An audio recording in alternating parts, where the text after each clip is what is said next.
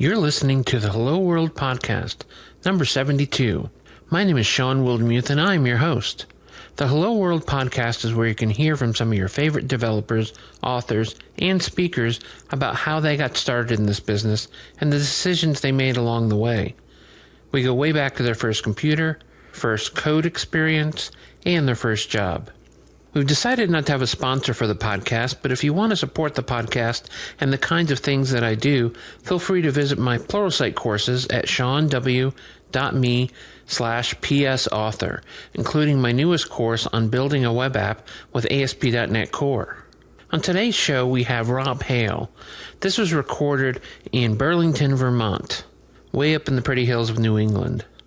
Rob Hale has over 20 years of software development experience creating solutions for a variety of industries, including health and human services, e-commerce, and energy. He currently serves as a principal software engineer at Renewable NRG Systems in Hinesburg, Vermont. Rob has presented to user groups in the Northeast and the occasional small conference.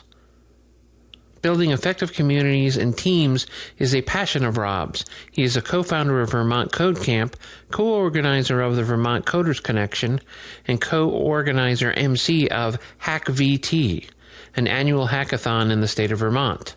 Rob is the proud father of 2 sons and is husband to his wonderful wife. You can follow him on Twitter at Rob_Hale_VT. I had a lot of fun interviewing Rob. I hadn't met him before, but he's one of those local legends that I really wanted to interview for the show. He's got a really good story about starting late in software development and also has a keen interest in life-work balance, which I think all of us should take a look at from time to time. Let's hear his story. I think you'll enjoy it.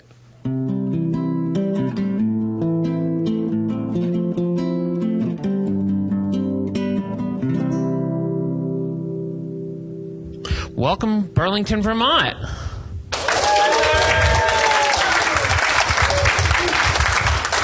That's awesome. You know, I think I was in Philly and said the wrong city, so I'm just glad that I got that out and said the right city this time. I'm really happy to have Rob Hale here. He's going to be telling us a little bit about how he got started in software.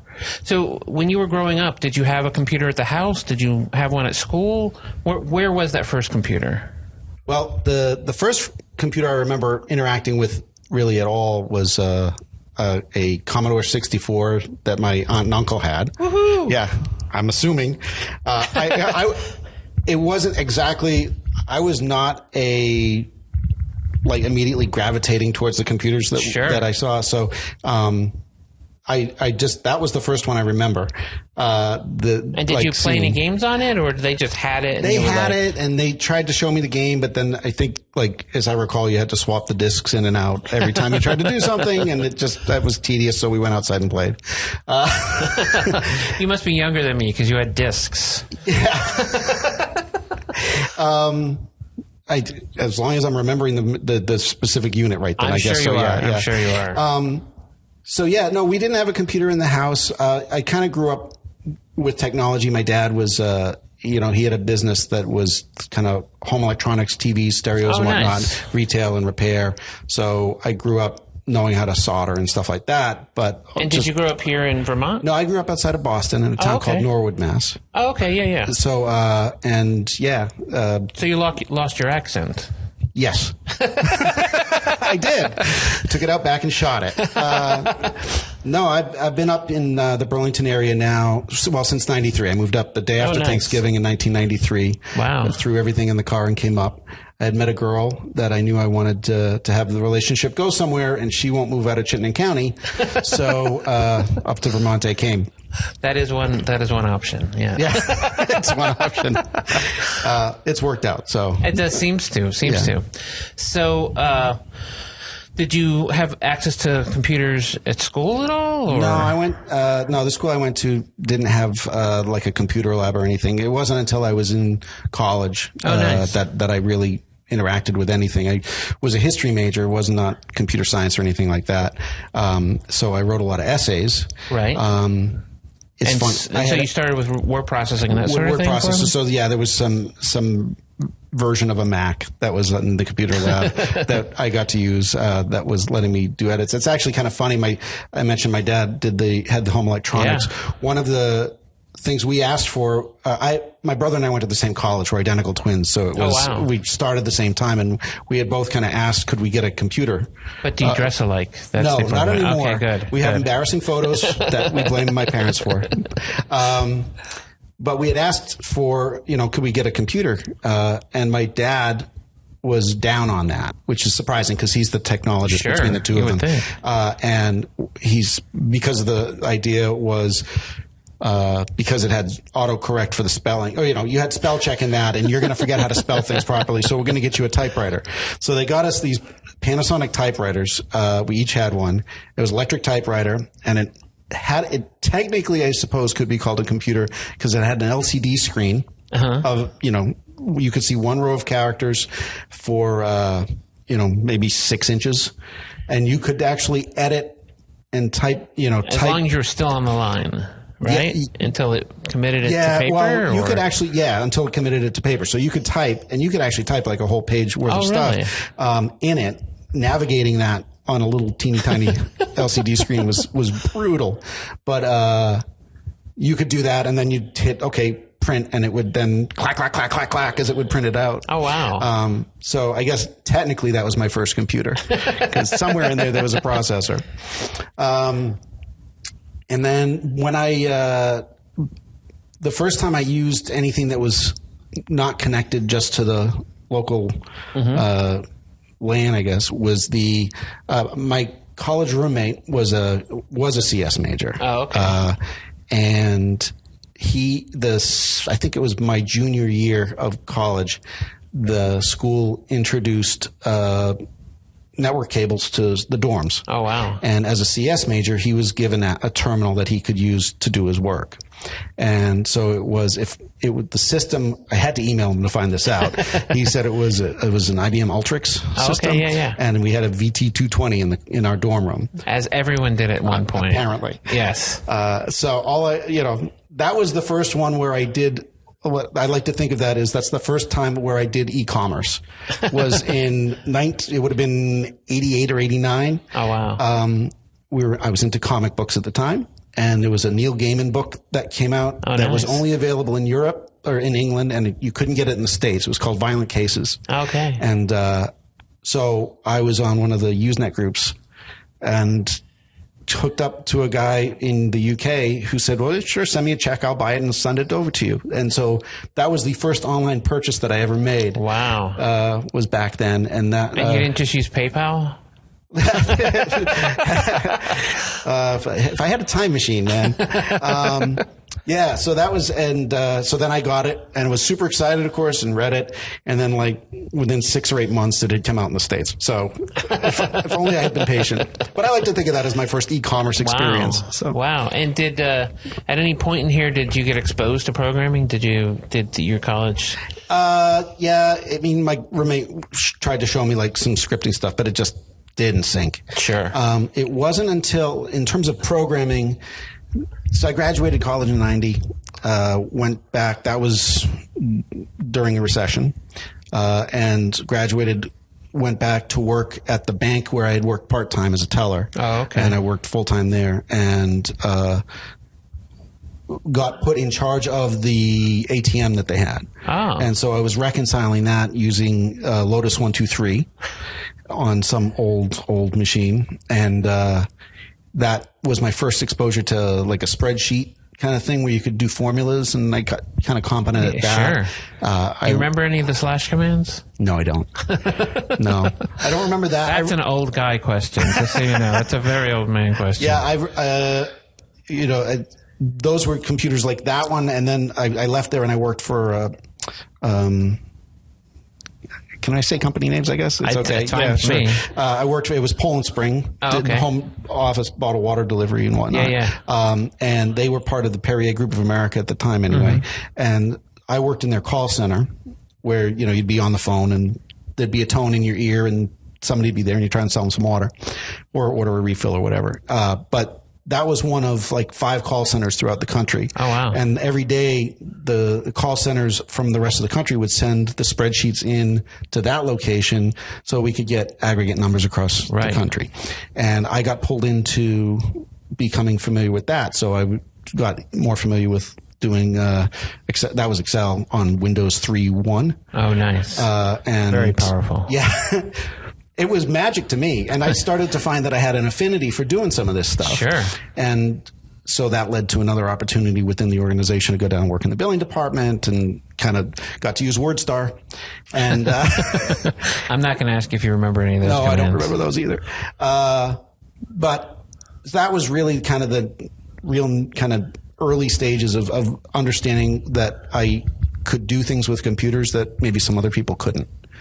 And like I said, met a girl, wanted to come to Vermont, got hired working as doing tech support for a software company here in Burlington. Oh, nice. It was called IDX. It was a local company doing medical software. Oh, nice. And like Medicare and Medicaid, or they had a number of different doctor? businesses. So some of the businesses did, the group that I was in did group practice management. Oh, okay. So scheduling appointments, submitting claims, and getting remittances and whatnot. And I was doing the tech support, so I was like the person on the phone saying, "Are you sure the modem's plugged into the wall?" Yes. Do you have a soda in the cup holder? Right? Exactly. Yeah. So from there, because of my experience at Poland Spring doing the reconciliation across all the different call centers and understanding the way that they were doing business with automatic call distribution systems and stuff like that, I got pulled into a project where IDX started to evaluate the customer service or customer relationship management system that they had. Sure. And that selection process, I was there as kind of voice of the user. Once that we got to the point where there was a vendor that they had selected, I got asked if I wanted to continue on the project as a software analyst. Oh, okay. And so I jumped at that opportunity, and I did that for a few years. And as part of that, again, started getting more into writing, more, not just formulas in Excel, but, doing Visual Basic for applications. Right. So now I'm okay. I'm actually doing some programming.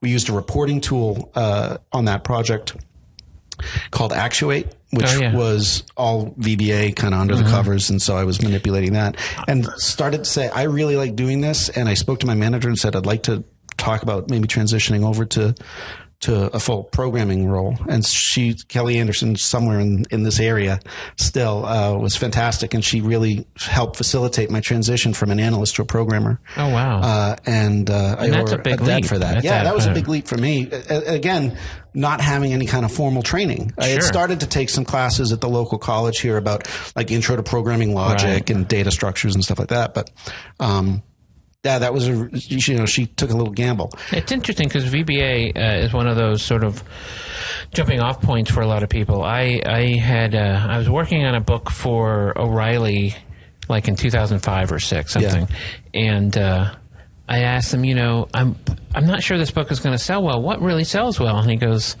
I know you want me to tell you the C# books and this. He said VBA by a huge amount is the biggest book we sell. Right.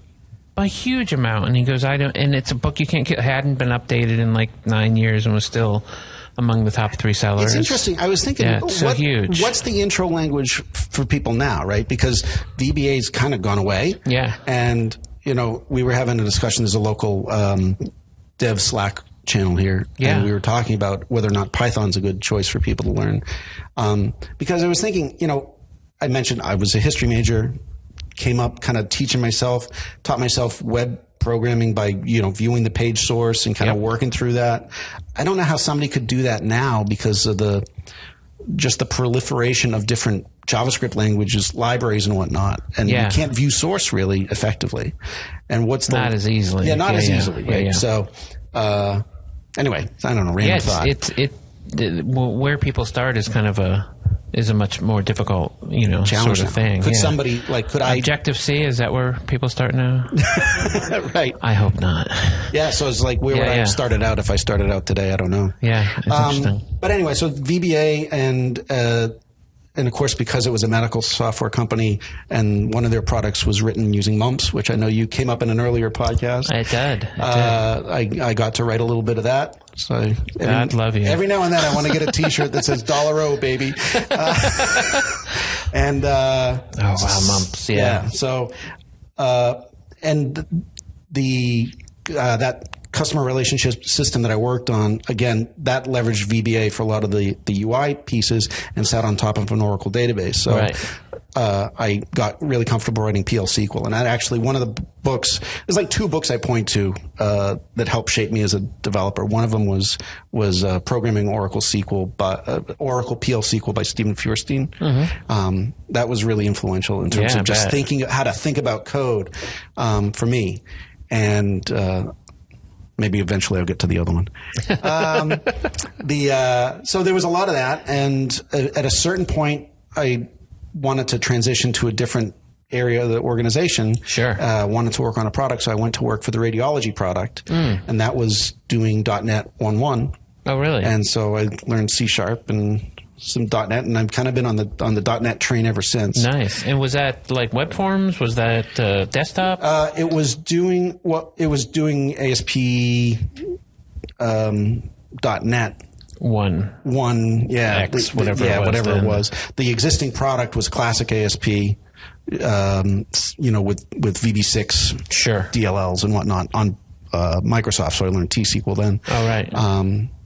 And yeah, so that's what that was. But it kind of, they got to the point where they wanted to transition more fully to the ASP.NET stuff, which would have been web forms. Right. And that's when I started coming to the .NET user group that Julie had founded. Oh, nice. We're very fortunate to have Julie Lerman in We are. We're going to pretend she's not here, though. No, yeah.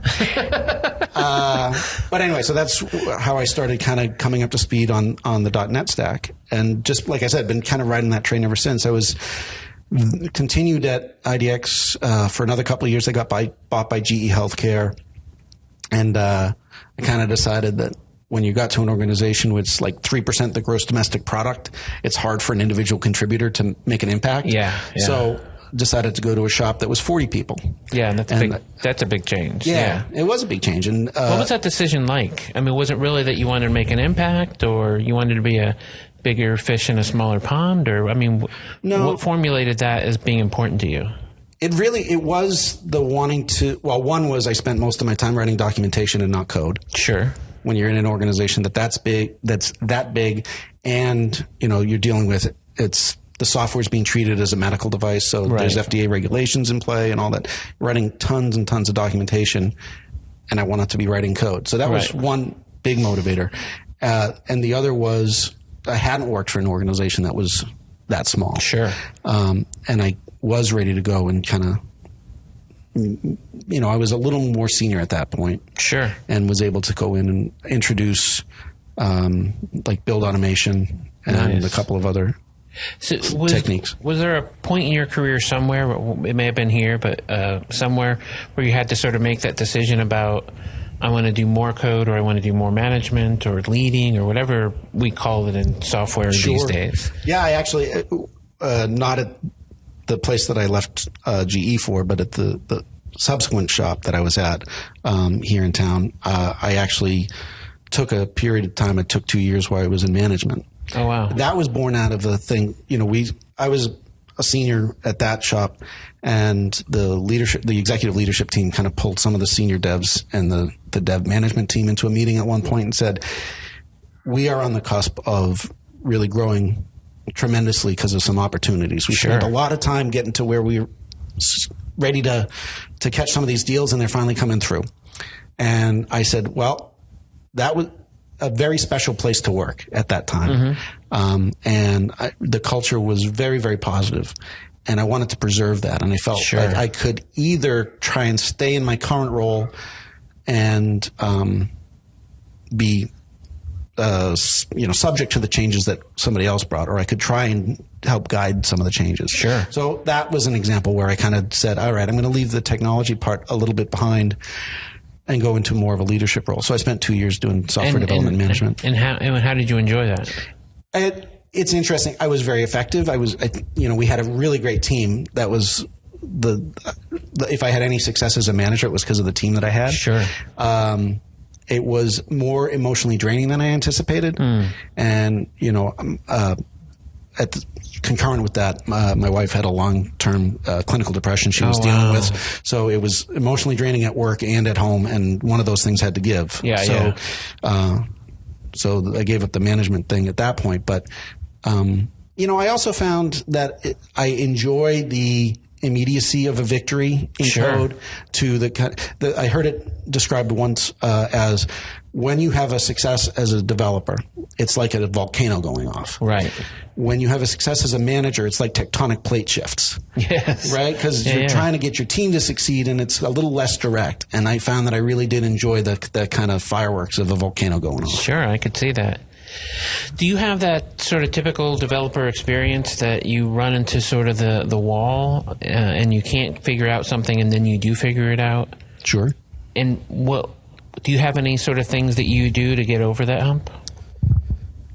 Besides cursing at myself? Yes. Besides that, you can include actually that. Useful techniques. Yes. I'm a kind of a visual learner, so I like the Pluralsight courses and YouTube videos and whatnot to try and learn, to try and understand.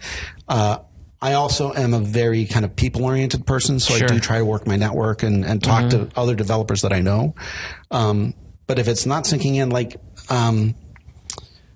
Lambda expressions was kind of a hard thing for me to get over. And it really was just a matter of experimenting and practicing and trying to talk it through with people that had more formal training than me. Sure. So that's kind of the approach that I took. And I can see that. Did you have any influential mentors during this process? You don't have to name them, but I'm curious. I'm always curious about that experience of people that led you by the hand sometimes when you needed it. As a developer, I'm trying to think.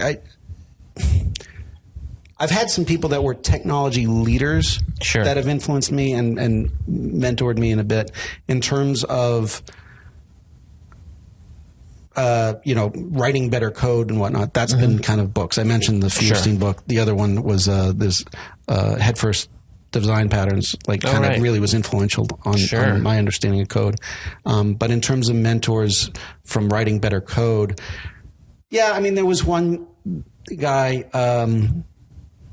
Ted Pricer, who some of the folks in the room probably know. He and I worked together at IDX, and he kind of spent some time helping me understand classes, just object-oriented concepts better. After VBA, that's a big hurdle to get over there. Yeah. And another guy, Jeremy Bull, was a friend of mine, and he was very helpful. But I've had those guys. Did that influence your ability or your desire to mentor people that you're working with now? Yeah. I've always wanted to be that kind of developer that could answer more questions than he asks. Sure. And that's how I feel like I'm most comfortable in a company or in a shop when I've gotten to that point. Sure. I know how to answer questions about just the product in general, or the technology we use, or the industry we're in, preferably all three of those. Sure. And they have those gentlemen that I mentioned did have that impact on me. Some of that too, I'm very involved with the dev community in the Burlington area here. Because you and Julie run the Code Camp, or just the meetup? We co-founded the Code Camp. She founded the .NET user group. I try and help where I can with that. Nice. I'm on the planning group for the Hack VT event that we have in town, and a couple of other things. But that kind of came more. I trace that back more to kind of my upbringing from my parents and stuff, and being involved in scouting and kind of that sense of community. Yeah. That's really where that all comes from. Interesting. And where do you see your career now? Is it something that you want to be? You want to stay with your fingers in the code? Is that just where you're comfortable? My career now is all freshy fresh. It's all brand new. I started a new I started working at a new shop in April. Oh, nice. So that's very recent. Almost 2 months, not quite. It's a slightly different technology. It's still .NET, but it's WPF as opposed to web-based, which is where I had been at the last shop, was all web API. And that's like apples and bowling balls. Right, exactly. It's a whole different thing. Yeah, so it's WPF, but, and it's a different industry. So instead of e-commerce, where the previous shop had been e-commerce for over 7 years, this is renewable energy. Oh, nice. And so it's new industry, slightly different technology. It's a different environment in terms of the primary product that the company puts out isn't software. Right. It's a manufacturing company. Right. So it's in support of the larger product. So there's differences in there. I mean, dev isn't the center of the universe. So, my career. Wait, what? Yeah, there are shops like that. And you can still write good code there. So. Oh, that's a good sign. Yeah. Well, something you mentioned a minute ago sort of piqued my curiosity. How much, when you join a company or an organization or even, let's say, an industry, how much of your time learning do you think is actual technology and how much of it is domain knowledge? Because you talked about understanding the product and understanding the industry and understanding the company's approach to that product. Yeah. I think for me, the last 12 years of my career have been within the same orbit of technology, right? It's still been .NET. It's still been C#. Right. So some of those fundamentals don't go anywhere. Right. When I started doing more with web API, for instance, getting a more formal handle on HTTP, right. What's a get, what's a put, what's all that stuff. That's coming up to speed on technology. But, as software developers, we're there to help solve business problems. So understanding the business as thoroughly as you can, I think, is a big part of being successful in what we do. Yeah. Yeah, so do I. And do you think that's a bigger part in the last, there was a point at which you were comfortable with, the object orientation and C# and, there were always new things to learn. Were you spending more time trying to understand the business and how to solve the business problem than you were actually technical? Yeah. I think, my focus in terms of learning has been on kind of the domain knowledge, but also as I've gotten more senior, I've focused more on the team dynamics. So what's good, can we do practices that make the team more agile? As agile as an adjective, not as a noun. Right. Not capital A. Right, not capital A. But can we be more effective at communicating as people back and forth, and being effective members of a team that are working to a common purpose? That's the stuff that I really am kind of interested now in. Kind of what can I do to mature my knowledge about that aspect of what we do. And that's I think a big part of people working in teams. When I started my first, 7 or 8 years, I was always the computer guy in the office, and so I never had that experience to be able to work with other people until I had CompuServe, and that wasn't even really working with them. So I'm always curious about how people learn that piece. The soft skill, how they learn the soft skills. Yeah, because. Yeah. In many ways, because of the way I grew up, I fell into computers because it was I could be isolated and it was okay. It was sort of okay for me to be the introvert in the dark room, and magic happens. Don't open the door unless you knock first. Insert pizza. Yes. Insert pizza. Code comes out. And don't complain because he's worn the same shirt 3 days in a row, and that whole sort of, awkwardness appealed to me. And then when I got into sort of after the first third of my career, I realized, oh my God, I'm only coding 30% of the time. Yeah. 70% of the time I'm dealing with human beings, and whether it's team members or stakeholders or understanding testers, the people that are telling you what the requirements are. All that.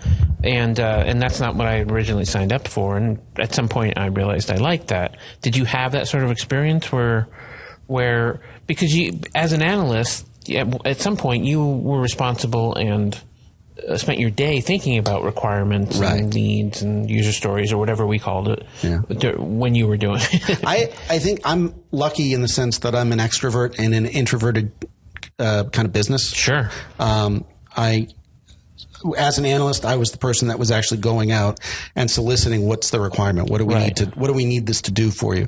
I wasn't, I think, mature enough in my thinking in terms of focusing on what's the business value we're trying to turn around for you. I was much more like, you want the button where? Right. But the blue button problems, I call it. Right. You know? Spend eight hours worrying about the color of the button and not what it actually does. Right. Yeah. Yeah. And so being on that side of it, as let me pull the requirements out of you, and then it's easy enough for me as a developer now to think about, okay, how can I have this person tell me what the requirement really is? Yeah. That just got easier. So I think that answers the question. I think so. Have you ever been in a situation of trying to gather requirements where the people you were trying to get the requirements out of didn't want you there? Because I've been in organizations where they saw automation as job elimination and things like that. And so, well, most of my career has been for software, companies where software is the thing. Yeah. So it never really encountered that where people were afraid of it. I think that some of the knowledge that I brought to shops that I've worked at has been like build automation and stuff. And I think that can be a little bit uncomfortable for people to try and adopt because it's a change. Yeah. Or some of the techniques, like part of the build automation is we want to do static code analysis. We want to have coding standards that are not something that you just do in a code review. But that are validated. And it's automated, and that's just the way it is. And I've been in situations where people are nervous about what that means for how they do their job. Sure. And it's, at the end of the day, it's about helping them understand that you can be more efficient, or not even efficient. It's not, you can be more productive. You can get more stuff done and write more code and not worry about the stupid stuff. Right. Like, let the static code analysis tell you that, you've got too much vertical white space or something like that. And don't waste your time about somebody else telling you that. Right. And having a conversation about it. Just do more stuff. Yeah, that makes sense.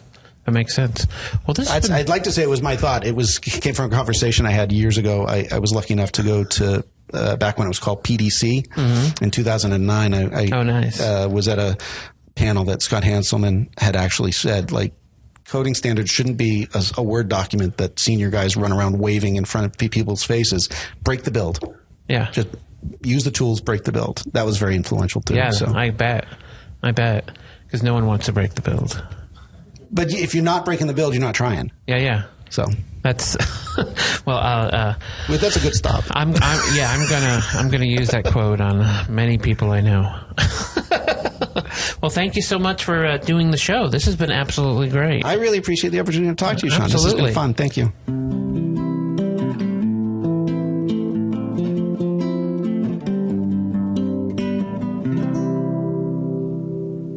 Thanks for listening to the Hello World Podcast.